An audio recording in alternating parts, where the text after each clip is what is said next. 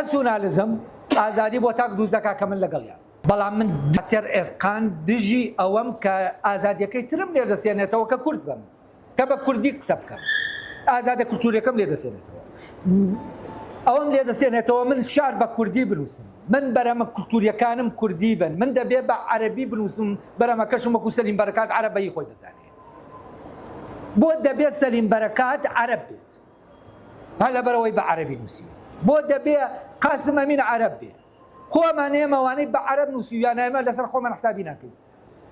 تۆ یەک دنیا ینی چەند فەیلسوفێکی گرنگت هەیە، چەند فەیلسوفێکی گرنگت هەیە وەکو سۆرەوەردی، شارە زووری، باشە، سراجەدینی ورمێی، سەیفەدینی ئامەدی، ئێمە لەبەرەوەی بە عەرەبی نووسیوانە ئەمە بە عەقڵی خۆمان نازانین، بەس فارس تەبەن وا ناکات.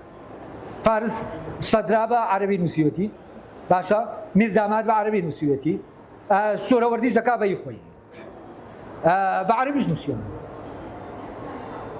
لێرەوە ئەمە خەتەرە. من بۆچی وێڵزیەک ئەدەبیاتەکەی خۆی بە ئینگلیزی بنووسێ بێ بە ئەدەبیاتی ئینگلیزی؟ بۆچی گیانبینەکەی من دەبێت تەنها لە ڕێگەی زمانەکەتەوە؟ بۆچی برایم تاقلی سازدەرچی گۆرانی کوردی هەیە دەیبا دەیکا بە تورکی و دەکاتەوە ئێمە وەری دەگرینەوەکەوەی ئەوی تر بێت.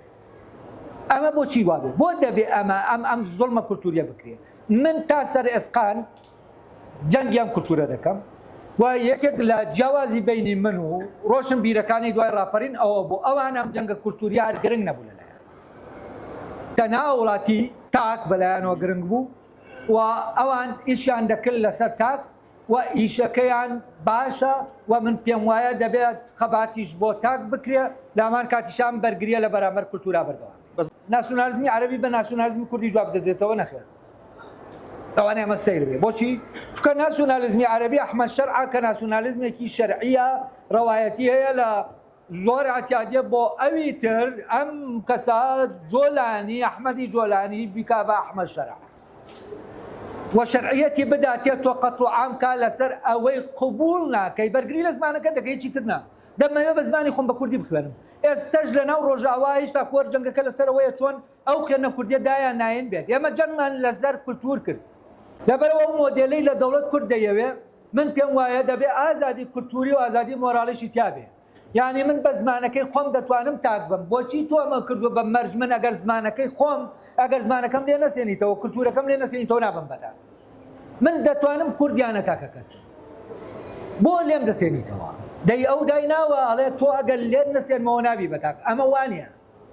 کورد دەوڵەتێکی دەوێت کە لە ڕووی کولتورەوە دیموکرات بێ، لە ڕووی سیاسیشەوە دیموکراس بێ، مۆراڵەکەش کە ئەوە هەیە فعلەن چوونیەکردن لەناو مۆراڵا دروست بێت، تاک دروست بێت. ئەمە کورد لەگەڵ یایەتی تاک دروست بێت، بەڵام ئامادە نییە بۆ دروستبوونی تاک، ئازادی تاک، ئازادی کولتوری و ئەمانە لێ بسەندرێت. لە تورکیا کەمال ئاتاتورک گوتی بەس ببە بە تورک تۆ بە سەرۆک، کوردی مشکلە نییە.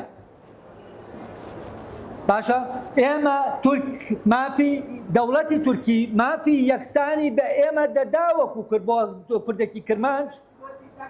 مەجالدا ئاخ من دەمەوێت ئەوت پێ بڵێم ئەو شەرعە لەکوێ وەردەگرێت کە وا دەکات تۆ زمانەکەت قسە نەکەی. تۆ دەتوانێت وەک ئەو بکەی لە بەرامبەر تورکەکە، تۆ دەڵێ بیکەینەمە ئەمە شتێکی باشە من زمان لەوی تر بسێنمەوە بە شەک بڵێم دەبێت بیتە سەر بە زمانەکەی قسە بکەی. ئەمە باشە، ئەمە کورد لە بینی خۆیان نایکا، لەناو دەوڵەتەکانیشا بەرگری دەکا، دەوڵەتیش داوای ئەمەد لێ دەکا. من دەڵێم دەوڵەت تۆ ئەم داوایەت لابە، من دەوڵەتی مۆدێرنم دەوێت، من تاکم دەوێت، من دەمێت دیموکراسیە بێ. وەکو عەباسی وەلی دەڵێ فعلەن دیموکراتی دەبێت دیموکراتیزەی بکەین زیاتر. ئێمە پێویستمان بە دیموکراتیەکی زیاترە لەوەی کە هەیە تا بچینە ناو ئەو بینەوە. پێویستمان بە دیموکراسی کولتوری هەیە کە دەوڵەتی مۆدێرن نایدا.